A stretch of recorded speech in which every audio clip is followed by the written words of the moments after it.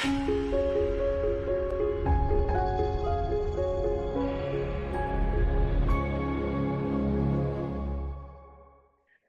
today, Mark's going to be talking to us about demystifying accountability, and he's going to be talking about the missing skills.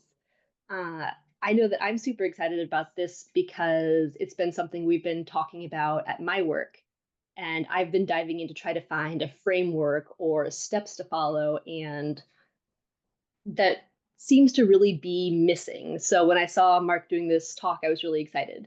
So, Mark, I'm going to turn it over to you to introduce yourself. Welcome. We're really happy to have you today. Excellent. So good to be with all of you. Thanks for having me. It's a wonderful group and a wonderful day to meet. I don't know how the weather is like where you are, but it is nice and warm and sunny in Cincinnati, like 75 or something Fahrenheit today. So like that's super warm in Cincinnati. So this is a wonderful day to be meeting and yeah, a really important topic from my perspective that I think gets a lot of like the word is not unfamiliar to us, but it also can be scary. And I think that question that Katiana is talking about there, like how do we do this, is a really important one. So just a little of my background. I got exposed to some agile practices, XP, extreme programming, if you remember that. That was about, yeah, hey, Suruchi. um, it was about, I want to say like yeah, somewhere in the 18 years ago range, somewhere in that range. And then started using Scrum, joined my first Scrum team a little over 15 years ago and just loved it. I mean, it really answered a lot of my questions as a business analyst of like, why are we doing this and how do we get better and why are people not reading my requirements documents and all sorts of things like that. And so I haven't looked back from that. So in the Scrum Guide terms, I was a developer on that Scrum team with my business analysis and testing skills. And our Scrum Master, a couple years into my time there at that Johnson & Johnson company, he left for other things. And so I stepped in and did Scrum Master work with my developer work as well. And I enjoyed that too. So it was really good, very challenging, and I haven't looked back since then. I've been doing Scrum Mastering at places like Kroger and Great American Insurance and Fifth Third Bank and Agile coaching and training and so on, Siemens and a number of other places. So just absolutely have been taken by it, love it, and enjoy talking about it and learning about it and then applying it and helping others do the same. So one of the things that I really care about is making things very applicable. Now, what you'll find if you ask me a question is I will take it right up to the theoretical. A job well, though, I will bring it back down to practical. So that's kind of where how my brain works. If I can't make it practical for me, then I don't understand it well enough, I guess is kind of how I go about that. So that's how it came to me with accountability, why I care about this topic so much is because it's like, look, the Scrum Guide doesn't call them roles, right? It calls them accountabilities. and and we can talk a bit about how critical accountability is in agile environments here in a minute, but I think we're all here because it's important to us, right? It's a word that, like Katiana expressed, it's coming up in our workplaces. Just heard that from some of my friends at Kroger a few months ago. It's a common topic, but here's the thing that I see is there are three things needed for accountability to work well. We need to have the motivation, like the reason why it's important. That's really critical for us to be able to do accountability well. And there's a fair amount out there about that, why accountability is important. We can talk a bit about that. That's not the main topic for today, but I think, most of us could probably articulate why accountability is important in the environments that we've got. The descriptions you gave with that opening question kind of show that. It's really important. We can't do this well without it. The second thing, though, is what I'll call safety, or more specifically or precisely would be called psychological safety, which is that people are willing to take risks. Like they feel safe enough that they are willing to take risks. And in terms of accountability, it's risky to hold yourself accountable. It's risky to hold other people accountability. There's a risk involved in that. Sometimes it's huge, sometimes it's small, but there's always a risk. And so we need to have enough safety that we're willing to take those risks. And if you go search for psychological safety, you will find very good, helpful information out there about that. So those two areas I thought, yep, absolutely. Motivation, you can read a lot about it. You can find a lot about it. Makes sense. Psychological safety, you can read about it. Absolutely necessary. Good. How do you actually do it? Like, tactically speaking, what does accountability look like?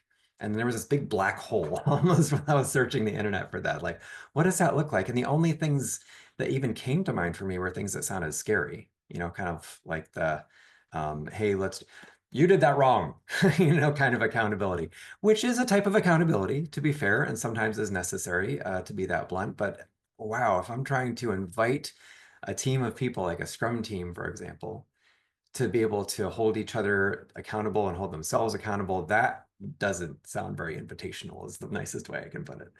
So that's really what launched me on this and why I want to just spend a little time exploring that with you, showing you two core skills in my view that are really important in all of it.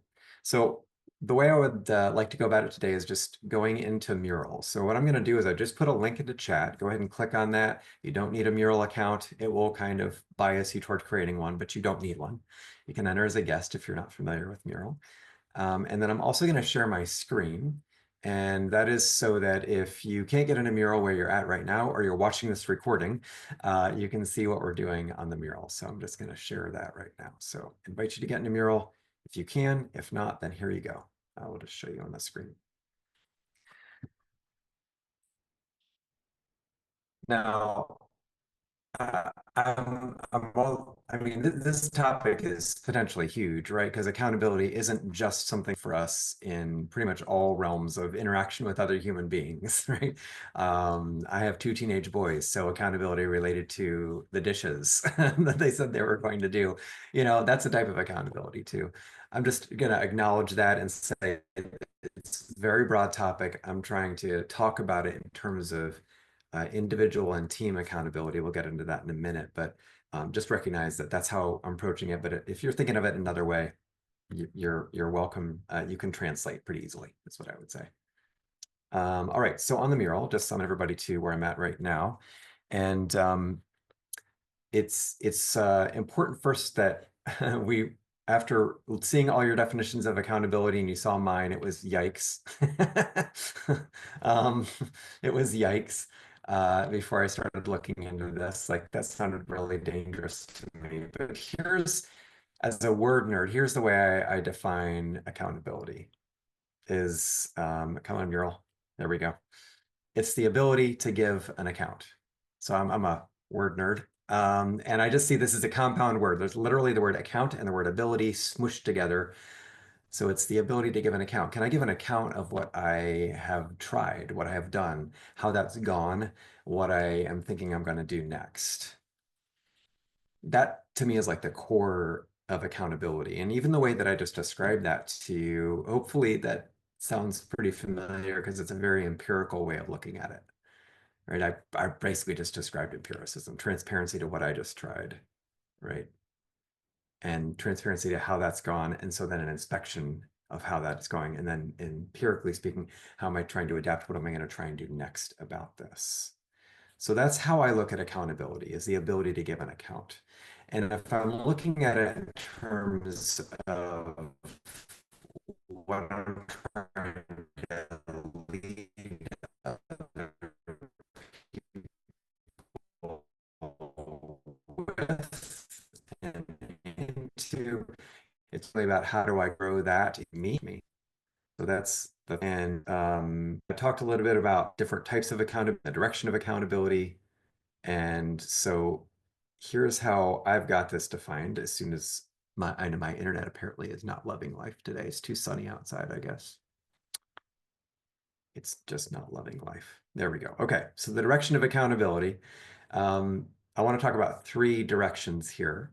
One of them is self-accountability. Accountability just with myself. Am I holding myself to account? And then there's accountability within the team. Other accountability, you might say. So am I holding other people on the team to account, and are they holding me to account? And then there's other accountability outside the team, maybe dependencies or leaders, those types of things. So just that's a brief look at the recognition. This is a very complex system that we're operating in. Is my Are my lag issues going away, or are they continuing right now? I think they're doing a little bit better, but there have been a Okay. couple. Okay. I'll try. I sometimes speak very quickly when I get excited about something. So I'll try and just be a little slower. So if there's some jitters, it still makes sense and forms actual words. Okay. All right. So on the mural here, just a quick moment for you to do some silent brainstorming. You've got four prompts, two columns and two rows here. On the left side, you've got how would you observe accountability? Because I think anytime we're trying to figure something out, the observability questions are really helpful. So how would you observe accountability? In the top row, what behaviors would you see? And in the bottom row, what outcomes would you see? And then the right column, it's the same questions, except it's about what would you observe and what outcomes would you see? So I'll just invite you. Someone's already doing that. That's awesome. Just go ahead and add some sticky notes to the mural there for those things. And if you're not in the mural, but you're here in the meeting live, you can put some things in chat as well. I'll keep an eye on that too. And we'll just bring those into the conversation.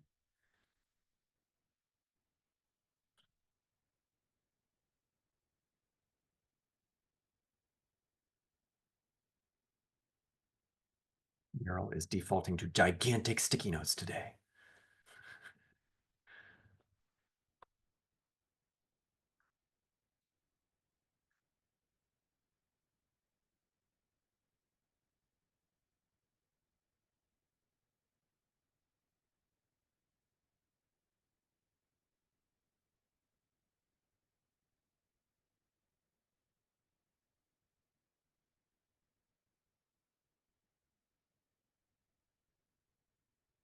So while you're filling that out, I'll say one of the things I'm trying to do here is not just talk at you about accountability, but actually give you some ways that you can facilitate conversations with the people that you're working with, your teams, and so on.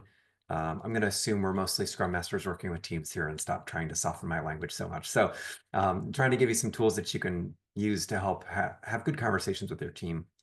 This is one of those, this is an observability question. So if there's a team that seems like they're struggling with accountability, these types of prompts and conversations are really helpful just to be able to start talking about it, to be able to start recognizing challenges and building some of that motivation that then will lead to the skills we're going to talk about.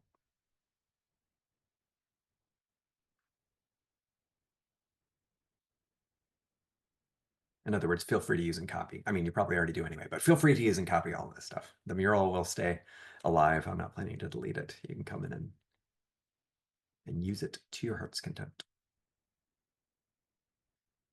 So people are still typing, and that's great. Don't feel like you have to stop because I'm talking. I'm just going to take a quick spin through some of these here and yeah, see what we can see. I'm going to stop following myself for just a moment. So I see behaviors to observe accountability. Just going to read through some of these real quick here. Um, Taking ownership, yeah, and not blaming. Blame definitely would be something that often happens on the other side, like passing off things if you're familiar with that move. Pointing to others, focus on facts and not on people would be a good accountability observation. Seeing people and teams accept a task and work toward a resolution. Yeah, so that's some of that ownership flavor playing out. Transparency. Oh my gosh, yeah. I mean, how can we possibly have accountability without transparency or vice versa? It's kind of wrapped together. Owning up to errors and mistakes, that's a key thing. I'm looking for that when I'm doing like health checks, when I'm helping teams, especially the leaders who set the tone, right? Who are creating the pathways to get places. If they are standing up and saying, hey, here's something I tried, it did not work, or oh, the way that I just interacted or the way that I did this thing or this decision I made was not the best one. Here's what I've learned. If they are doing that publicly, that's actually a great accountability move and it helps other people see that's how that works. Listening to conversations related to commitments. Yeah. Proactiveness is um, a good behavior to observe with accountability. Yeah. Asking for help if something's at risk. Yeah. Yeah, people are afraid to do that. They're probably not going to hold themselves to account. So then outcomes, if you are working in an area where there's a lot of good accountability, sprint goals, working increments, and a commitment to working toward those, and therefore the results of those things. Achievement expected outcomes for PBIs, achieving sprint goals, adaptability to try and get to goals because we're committed to it and we're willing to have the conversations about it. Yeah. Regular delivery, right? I see in chat here, Dinah said, trust, knowing that when someone says they will do it, they will. So this is absolutely a trust building move. Yeah. If they are going to have trouble, they're going to speak up, they're going to ask for help, they're going to hold themselves to account, they're going to try a different way to get there, right? Yeah, so we're not going to fail faster, get surprised sooner, learn faster, whatever terminology we want to use if we're not holding ourselves to account. Oh, there are a whole bunch of sticky notes now. All right, so behaviors for lack of accountability, things not being finished, a lack of commitment, lack of trust, just the other side of the coin of what we're talking about. Work slides along unfinished. Yeah, quite a visual for that one. Silos, not gonna, we're gonna get very defensive and not talk to each other or help each other. Surprise! And surprised later. That's not gonna be great. Waiting for directions. I'm gonna be passive maybe and wait for others. Blaming we talked about, Um, things that don't get completed. Yeah. So some outcomes slipping off the sprint goal. It's just not getting there, blaming others, low quality. I remember one team I was working with, there was a constant refrain in our retrospective as it was, we can't because. And while there was absolutely some truth to that, there were things outside their control. They also were not taking the things that were in their control and influence and acting on them. They were holding themselves to account for those. So that was a phrase that started to really grate on me in that team that I was like, oh, I need to help them with that. Misdirection, low value. Yep, just punching the clock. Yeah, great exploration of that. So here's the wonderful thing about this type of question is that it can help you retrospect individually, right? As a scrum master, the teams I'm on, what am I seeing? Like we all want to believe the best of the people we're working with, but if you go like, wait, am I actually observing the results, the behaviors and the outcomes of accountability, or am I observing the behaviors and outcomes of a lack of accountability? That can help you really discern where people might need some help. And it can give you some good hypotheses testing. I'm mispluralizing things there. Anyway, you can find some good things to watch for to see if the stuff you're trying to do is helping the teams. So that's kind of like the what evidence do you have that there's a good level of accountability for yourself, for your team, for your leaders around the team? That's a great question to ask. Now, um, we're about to get to the skills, which I have much promised, so I'm not going to take too much time before we get there. But I just want to hit three principles of accountability in my view that I think are really critical here.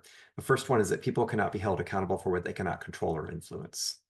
So if if you know the circles of influence and concern, or circles and soup, which is my favorite one to go through, however you look at it, if there's something that's outside of someone's control, you can't hold them to account for it.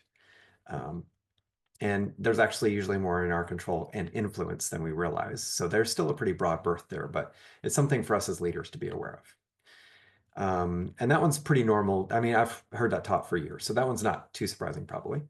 Number two, in complexity, accountability is effective when it's accepted. In other words, when it's not just shoved on somebody, but they go like, yes, I received that and I agree. I understand what I'm being asked to do, or I understand this accountability and I'm going to work to fulfill it. So that's most effective. When it's collaborative, that is bi-directional. In other words, I'm going to have conversations about it and we are working on this together even, we might say. And it supports a shared goal, which is teaming. And hopefully you can see a lot of connections there to a lot of things in empiricism and Scrum. And then third, and the one we'll spend the rest of our time at here, accountability depends on specific skills, including making requests and confronting, which are the two key skills from my perspective. So those two skills, if people are going to be held to account for something, but they don't know how to make requests or receive requests, and they don't know how to confront or be confronted, then that's going to be a really challenging accountability. So it comes down to. So that's where we're going to spend the rest of our time, is just looking at those things. So I want to talk a bit about the skill of requests, which I'm just going to be honest, these skills that I'm about to talk about here, I don't expect any of these. You're going to be like, what? Oh my gosh, I've never heard of that before. You are going to have heard of these things. Okay. Making requests and confronting. Like those aren't words that we're not familiar with. Those are probably not even things that you would say, I've never done those or received those. You've probably made requests. I can't imagine how you haven't made a request or received one at this point in your life, or been confronted or confronted somebody else. But it's really a question of how do we do that well, and how do we help people who um, don't feel like they know how to do it better, right? And feel just enough skill that they're able to do it. And so this is one of the things that I love to do, is break it down into simple enough things that you go, oh, that I can do that. Because to me, the confrontation just sounds really stressful, right? And accountability sounds really dangerous sometimes. And so it's like, if we just break it down to some basic skills, then we can build those things as individuals and as teams.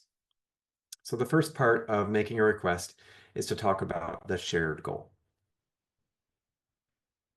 We're not going to team well, and we're not going to make requests well if we don't actually share a goal. If we're not trying to get somewhere together or in a direction that we've agreed to, then it's not going to go. So this can be for, common example, Scrum team, we want to be effective at teaming well, working well together. We want to be effective at our product development, at getting to our sprint goal, at our customer satisfaction, just for some examples.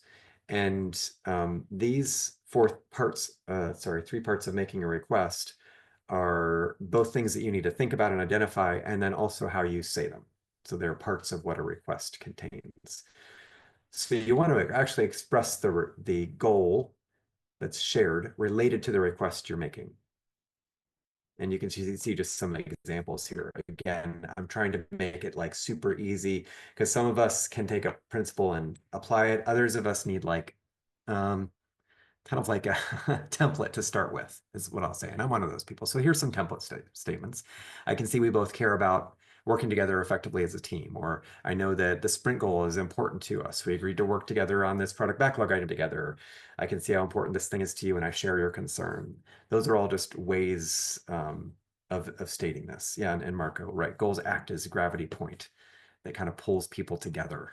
And we're not going to bother teaming and doing all that hard work of teaming and accountability if we don't have something like that. So stating that, reminding ourselves, connecting it to a larger thing instead of just like a request dropping in out of nowhere.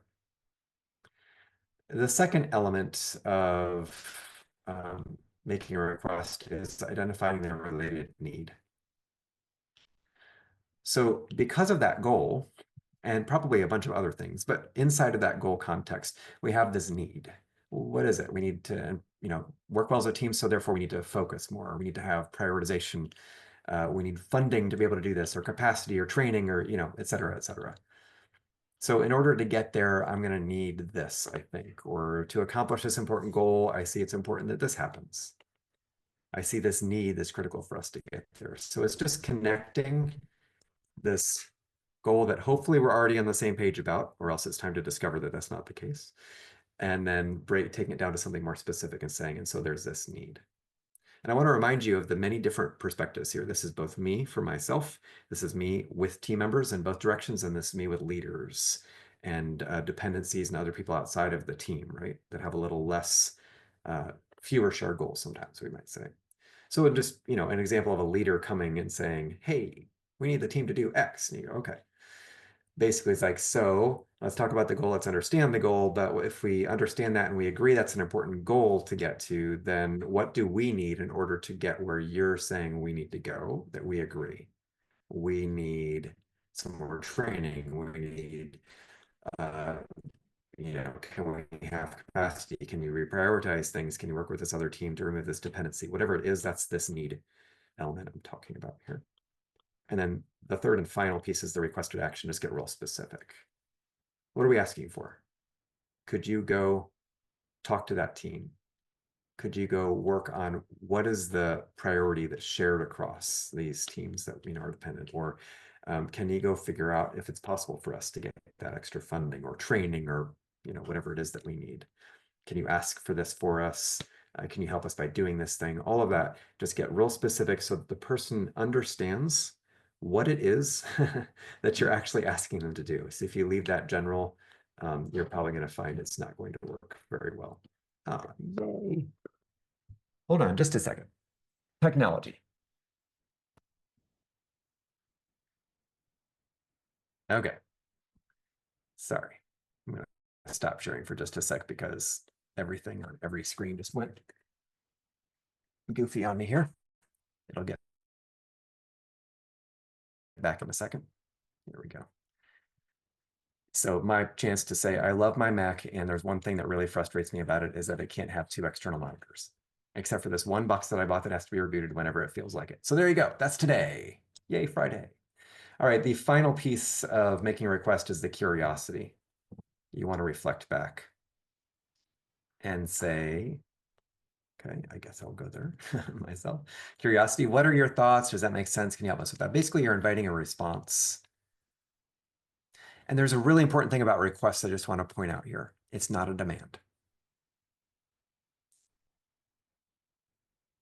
There are very few things in life that are actually demands. So I could argue, if I just wanted to state it bluntly to make effect for you, there are no such thing as demands. They're just things that sound like them because you and anybody that you're talking to always has a choice. I remember I was teaching this at Amazon. We have the largest air sort facility in the world right here at the Cincinnati airport. It's gigantic.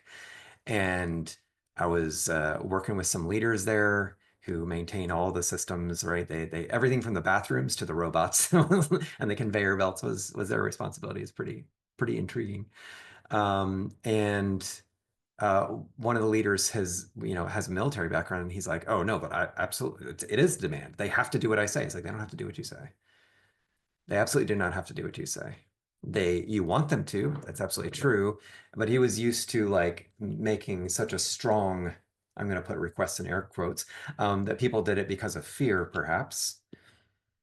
But really, it's a request with a consequence. And every request we make has consequences. There's a consequence for us not making the request. There's a consequence if the person doesn't want to do the request, doesn't do it well. All of that is absolutely, absolutely true. And so what I'm going to say is if you want people to take ownership, make requests, not demands. Because you really want them to understand it, to partner. That's really what you're going for here, some partnership level. And the same thing is true when you're receiving a request. The same way can happen right there, that it is probably with a consequence as well. And that's fine. Requests can have consequences, just recognize that. And I just love that that brings clarity. You can actually verbalize that. And while this is just bonus extra credit, what I'm going to say is if you're receiving something that sounds like a request, but they're not actually making a request, like maybe a passive aggressive relative of yours, just, whatever. But, some of us might not be really good at making requests. And so if it sounds like it's a request, but they're not making it, you can just reflect these things. So it sounds like you're asking me to do this, right? Is a fine thing to reflect back, and the same pattern holds. And yes, Marco, you're absolutely correct. A lot of this, not all of it, a lot of it is sourced right from nonviolent communication, NVC. So if you really want to go into if I will say, a thicker construct here for this, nonviolent communication, this is kind of the core of it, is requests instead of demands. And so that's a very good book and resource you can go to for that. So that's the essence of requests. Now, what I have below this, I'm just going to show to you so that you know it's there, but we're not going to do that today, right now. There we go. There are three practice areas you could use right here to practice making requests. So I'm just going to point them out to you so you can use these later. You can just capture these, come back to the mural, whatever you want to do, and say, like, how would you practice these? These are some scenarios that are semi-common in which you could practice making a request. Again, all of us learn different ways, so actually putting it into practice is a deeper level of learning than just hearing about it. So those are three pretty common situations that I've seen on teams. And if you want to practice right now, go for it. I do want us to practice the next skill, so I'm gonna save the time for that and prioritize things. But let's pause for just a second here. Are there any questions about requests that have come up that we want to talk about before we move on to the next skill? Not specifically about requests, no. We have a couple general questions though, but if you'd like, we can take them now or wait till your question period at the end.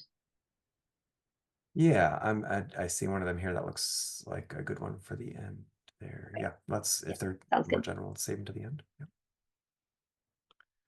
Okay, so making requests is critical, and I haven't made the case for that yet because when we get to the next skill, you'll see if you have not made requests or received requests well, then confrontation breaks. It just completely dissolves on you and it doesn't work well at all. So let's talk about confrontation, and then hopefully that'll help you see what I mean when I say that. So confrontation, the definition of confrontation, this one is not as obvious, or wasn't as obvious to me before I started learning about this, is pointing out a discrepancy and inviting a response. Confrontation, before I was learning about this, was the most stressful part of accountability I can think of, whether it's confronting myself, being confronted, or confronting somebody else. That sounds like, right? Blood pressure goes up. Some people enjoy confrontation, so I know not everybody is like me in this regard, but this helped me view it in a different light that was very helpful for me being able to do it, is to look at it about discrepancies. So there's actually kind of two skills involved in making a confrontation. The first is identifying the discrepancy, and the second is then expressing that in a way that invites a response. So let's talk about discrepancies. There are four main types of discrepancies so that you can start to think about when you've seen one. One is a say versus say. This will be the type of thing where somebody has said one thing and now they're saying another and it doesn't match up. Those are discrepancy. They don't match up with each other. So maybe you're talking to a coworker about a project and they're going like, oh my gosh, this project is a mess. We're never going to get it done. It's horribly designed, whatever the case might be. And then the manager shows up while you're talking to that person and says, hey, I just wanted to ask, how's that project going? And the person you're talking to says, oh, it's great. It's going to be fine. The manager's like, going to be on time? And absolutely, absolutely. And then the manager walks away. Okay, so you've got two things this person has said that are not matching up. It's a pretty obvious example of it, but just so you can see a say versus say, they're usually separated by more time than that. But that's a discrepancy. Last time we talked, you'd said this, but I think I just heard you say that. So this is not matching up. That's the kind of discrepancy for number one. Say versus do is they said they were going to do something but their actions are not showing that, for example. Team member agreed to a retrospective action item, but then the following sprint, they're not doing it. Or a purely theoretical one that has nothing to do with the teenage boys that live in my house. Yesterday, you agreed to do the dishes by the end of the day, but this morning when I woke up, they're still not done. I mean, I'm just practicing in case that happens in the future, just saying.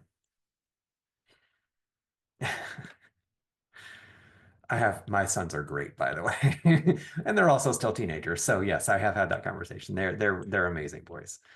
All right, so that's a say versus a do.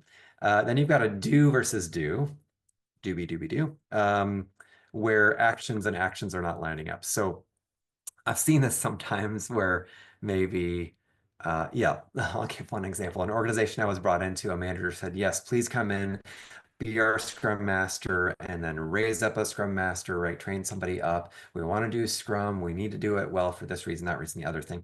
And it sounded pretty good. So yeah, they seem to understand what they're asking for. The longer I was there, the more I realized that so that's what they said and what they did, right? They brought me in. They literally brought me in. They're paying me as a consultant to help their team with Scrum in order to improve their product delivery. And yet I discover after a couple months there that the same manager is also working with the tech lead, who is a member of the team, right? One of the developers in the team. And she is absolutely ruling people behind the scenes with an iron fist and telling people to stop doing things and start doing things. Like she's tearing apart self-organization and self-management of the team. And it's affecting team members' morale, and people don't want to be on the team and they're trying to leave the team. And so this is a do versus do. You brought this is like a conversation I had to have with him. You brought me in to do this. This is what you said. This is what you did. This is what you're paying me for. And yet I see that this is what's happening. I'm discovering this, and those aren't lining up. So that's a discrepancy. And the fourth one is do or say versus some sort of external standard. A team member may be stealing office supplies, overbilling the client. My dad was a CPA until he retired. For many years, he was a certified public accountant. So if he had been, he would never do this. He's very ethical. But if he was cooking the books for a client to steal money or to cover up a client's misdeeds, that would absolutely be in this situation here. There's an external standard that's agreed to, company policies, legal things, whatever it might be. Our team's working agreements would be a standard.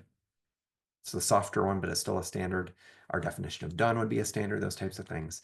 And if there's something that's being done or said that doesn't match that. So the first step in confrontation is, where's the discrepancy? What's not lining up here? I mentioned a moment ago that requests are the core, like they're the foundation for this. And here's where it comes into play is a lot of times when you're trying to identify the discrepancy, you may realize that it actually hasn't been clear. Like if I had not theoretically asked my youngest teenage son to do the dishes by end of day yesterday, if we had not had that clear conversation, then today when they weren't done, I'm going to have a really difficult time having a confrontation with him because the discrepancy is unclear. I'm not saying I can't still have a conversation about it, but it's a lot less clear. So let's make the request so that we give a person an opportunity to do it and be supported in doing it and ask for things that they need. And then if it's not happening, then that's when confrontation is appropriate and comes into play, where you see a discrepancy. So let's look at the skills and then we're going to practice them. Okay.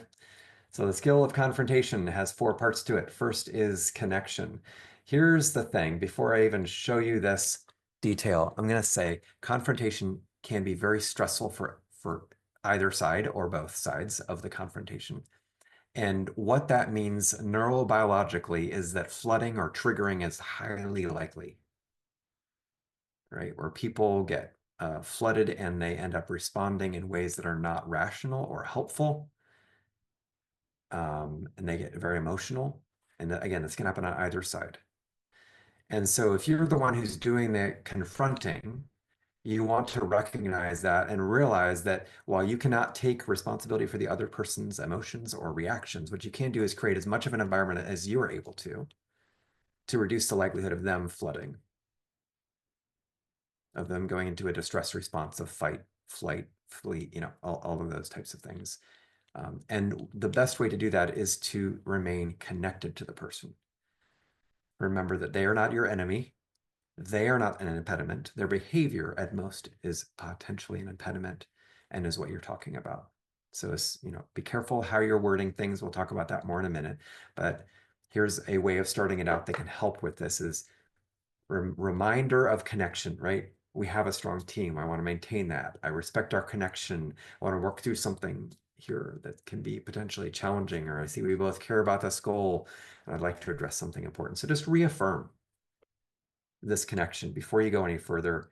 That would be really helpful in helping people not flood.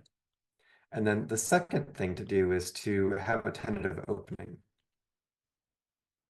There we go. The opening is a leading into, so we're about to talk about the actual discrepancy, but this opening is tentative because we don't know for sure what's going on here. We're trying to take a humble stance. That's not to say that we're soft, because we're confronting, okay? We're pointing out what we're seeing as a discrepancy. But we're going to own what we need to own, which is we always own our own perceptions, our own beliefs and thoughts. We own our own emotions. We own our own actions. And the other person owns all of those things for themselves. And so we want to own ours. And this tentative opening is a way of doing that, again, to reduce flooding, the likelihood of flooding, and to own what's ours. There's something that's been bothering me. I'm having a really difficult time reconciling these things. And so I'd like to talk to you about them. Those are the types of things that I mean when I say tentative opening. And then the discrepancy itself, this is where that comes in. I've noticed X, but I'm also seeing Y. Yesterday, we agreed to this, but this morning I noticed Y, like the dishes. Just point it out and be clear and succinct about it. The longer you go on, the more it gets lost. And what you don't want to do is you don't want to diffuse the discrepancy. If you put a bunch of words around it, it's going to get all kind of soft and diffused. You just want to say, this and this don't seem to match up. And then give them the floor, right? Curiosity or invitation is the next thing. Can you help me understand? Can you help me see it from your perspective? Can you help me understand what's going on here? You're asking for them to reflect what the situation is. So again, very obviously real example. I keep joking around about being theoretical, but my son not doing the dishes the last time that this happened, and I was pretty steamed because we'd had a very, I was like, I'm teaching these, these skills. I'm going to use them well. So we had a very clear request conversation. I said, yes, absolutely, I can do that. And the next morning they still weren't done. And I was ready to I was like, let's go, people. And I was pretty mad that morning. So I'm like, now I have to do them. And we have people coming over. And so I go to him and I start this conversation, and partway through my, like my third sentence, I realize he's still waking up because that's typical teenage boy in the morning.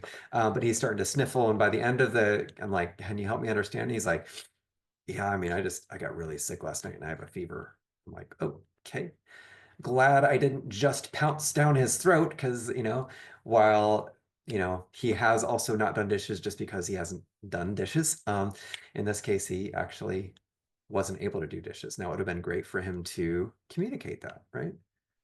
So my follow-up to that was after I was listening to him, reflecting on that, getting him help. What do you need? Can I get you medicine? Whatever is, hey, request next time, could you just communicate that to me so I know what's going on with you and I can help you, if there's anything else you need help with when you're sick. I mean, I'm your dad, so let's deal, right? I'm happy to do that. So it resulted in a follow-up request for me.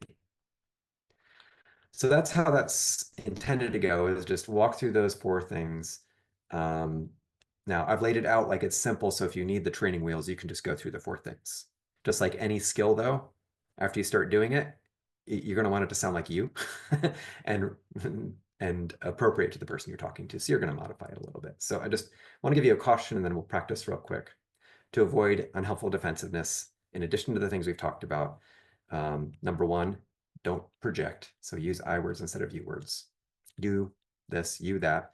I would actually add a subpoint to one, which is avoid global words. Always, never, everyone, no one. That's not going to help. Those are almost never true either. You always do this to me. You never do the dishes. That's not true. He does do the dishes sometimes. And I'm just asking him to get defensive, which is not going to help us have a good conversation about it. And then own your own perceptions, thoughts, feelings, and actions. So let's practice.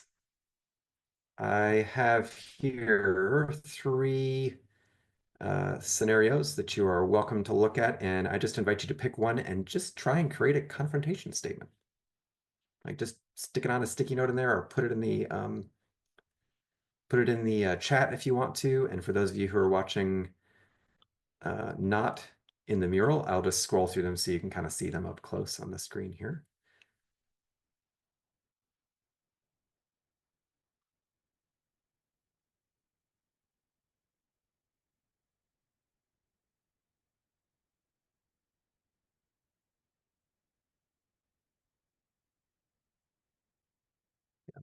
For this, I know you can tell this comes from NVC, or at least was seeded very heavily by nonviolent communication. And I think there's clean, what is that? Clean communication, clean communication, clean language, something like that. I haven't read that one, but I've been told a lot about it.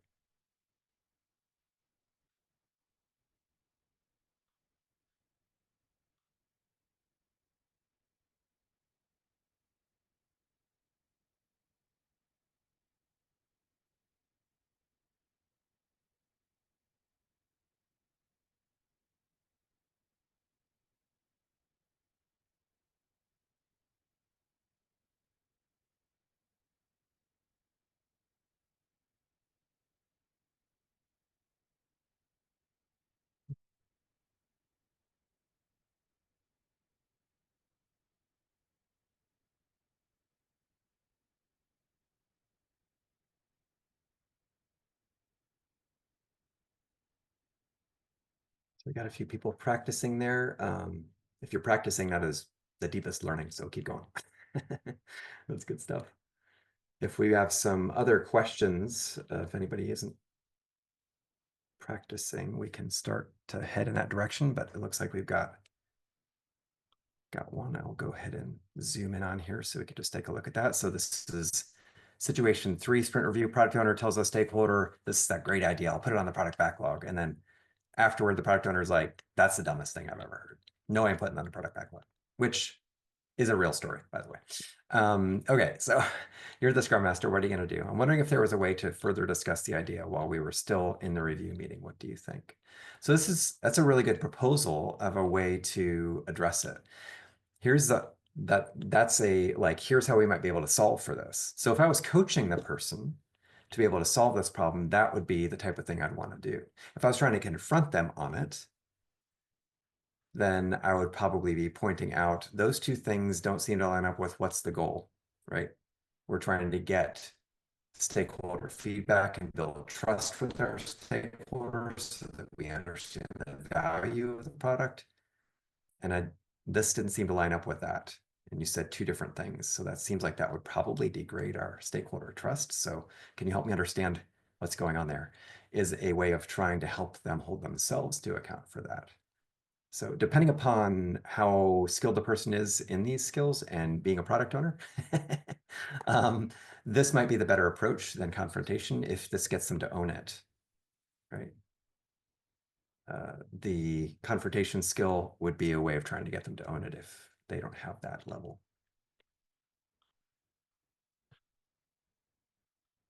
Let's take a look here.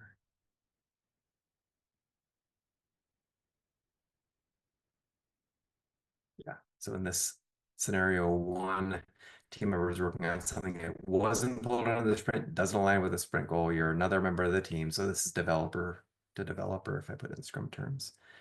You know that as a team, we are all invested in the sprint goal. It's hard to measure progress toward our goal if work outside the goal is being worked on.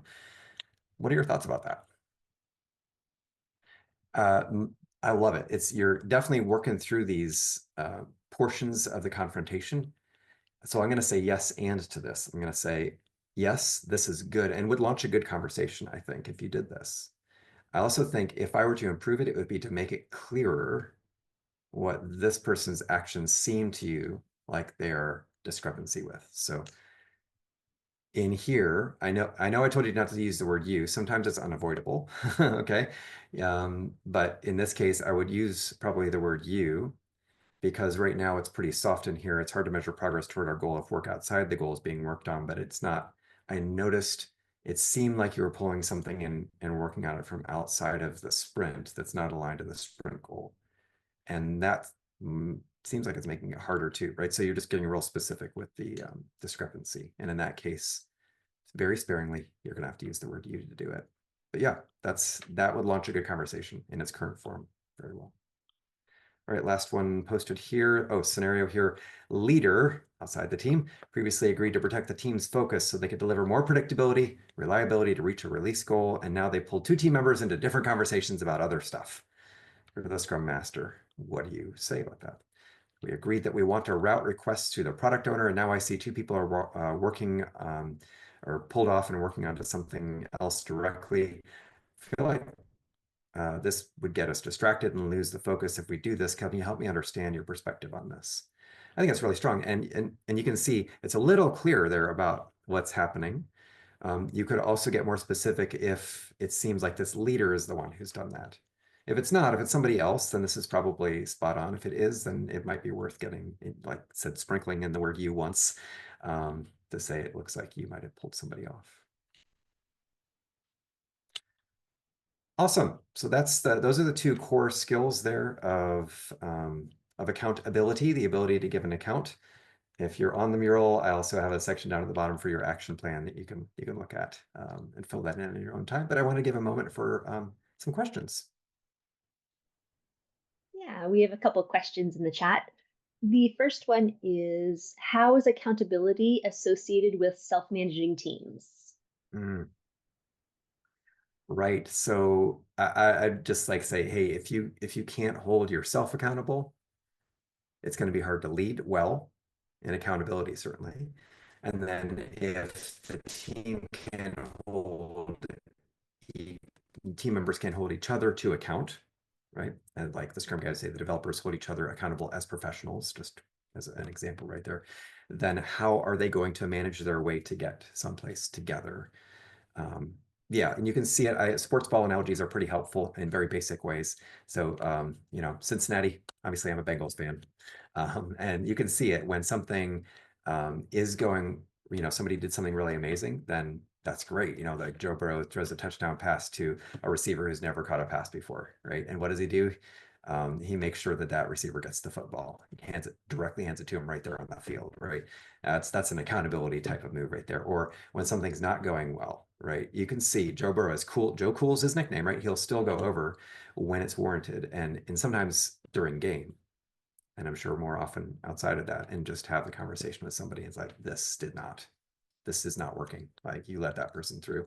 That was your job to keep them from, tackling me. So without that, self-management will start to break down because team members will start to say, basically, like, look, if you've got rules, if your team has agreed on working agreements, but nobody's enforcing them on each other, then they're not really rules. And that just eats at a team. Thank you. The next question we have is, what are creative ways to get buy-in from the team that's not ready to accept the fact that there's lack of accountability? Anytime I'm thinking about that, I'm always going back to the goal. Always. Like I do an agile health check to say, how's this team doing? And if someone's like, they just don't seem like really committed or they're not holding each other accountable or something, one of the first things I'm doing other than like, attending a daily scrum or daily stand up is just start to ask some team members. So what's your sprint goal? What's your product goal? Who are your customers? Those types of things. Trying to see, are they aligned? And most often they either don't know or they're giving me vastly different answers from each other. So getting them caring about the goal is step one. Without that, the rest of this just doesn't follow for a team full of people. So that's step one. And the other, like I would say, never let a good failure go to waste. I'm sorry, that's just our human reality. But if the team isn't holding itself to account, then you have some negative effects, right? It's affecting the team's delivery capability. And so use that as a discussion point with the team. That's what I have done in the past to say like, okay, so we didn't come through on this. It's not that we didn't have the intent. We all said, yes, we want to do the sprint goal, but then we didn't do the sprint goal and it's been 3 sprints in a row. That's happened. So let's talk about this a little bit. Where are we falling down? And that um, invitation at the beginning with the silent sticky storm there. How would we see ourselves, observe it if we were holding ourselves accountable or if we weren't? Those types of conversations are kind of a creative, almost backdoor way to get into the topic with the team. Thank you. I know we are at time. Mark, do you have time for one last question? I sure do. Yeah. Perfect. The last question we have is, could you give your perspective on such a question once heard in an interview? How can you ensure accountability inside out and outside in from the team? I'm going to bristle ever so slightly at the word ensure. Like if I was outside in an interview, I'd go like, I can't ensure that's right. We're talking human behavior stuff, but I don't think that's the point of this person's question. So I'm going to move on to the point of the question. I can create environments where that is more likely, and that's really I think what the interview would be trying to get at here. So how can I increase this? And we basically just talked through that a bit. More often than not, when I'm thinking of that, I'm thinking of a leader or leaders outside the team who are asking things of the team, right? Saying we expect this, like we want more predictability or reliability of delivery, those types of things, right? Expectations of the team. And I think what most often is missing is the team doesn't have a conversation with the leader about that. They just go, oh, that's what our leaders say. They're like, oh, okay, but what do you need? Like there's a return set of requests that go back related to that request for us to be more predictable, for us to be able to deliver that feature by this date, whatever the request is. Here's what we think we need to do that. And so that request back is a conversation And really, when you get down to it, that's negotiation between two groups that need something from each other in order for this to be successful. So that conversation to me is the core of how you can get that bi-directional accountability going. Because look, a lot of times when we think accountability, we're thinking leaders are holding teams to account or specific people to account. It goes the other way too. The leader needs to be willing to be held to account. If they go, absolutely, I will protect you, I won't interrupt you, and then they interrupt the team. It's like, well, then we are going to be unable to deliver unpredictable stuff the way that you requested us to because of this, right? So that doesn't seem to match up. What are we going to do about that right now? And the leader needs to be willing to be held to account, or else it is one directional only, and that ends up starting to break down. Yeah. Well, thank you, Mark. Really appreciate you having us here today. Thank you, everybody, for joining us. I know I learned a bunch of practical skills that I'm excited to test out and put into place. And so, yeah, thank you so much, Mark. It's been really great having you. Very good to be with all of you. Thank you so much. Look forward to Thank you seeing you so online. much. Thank you. Bye.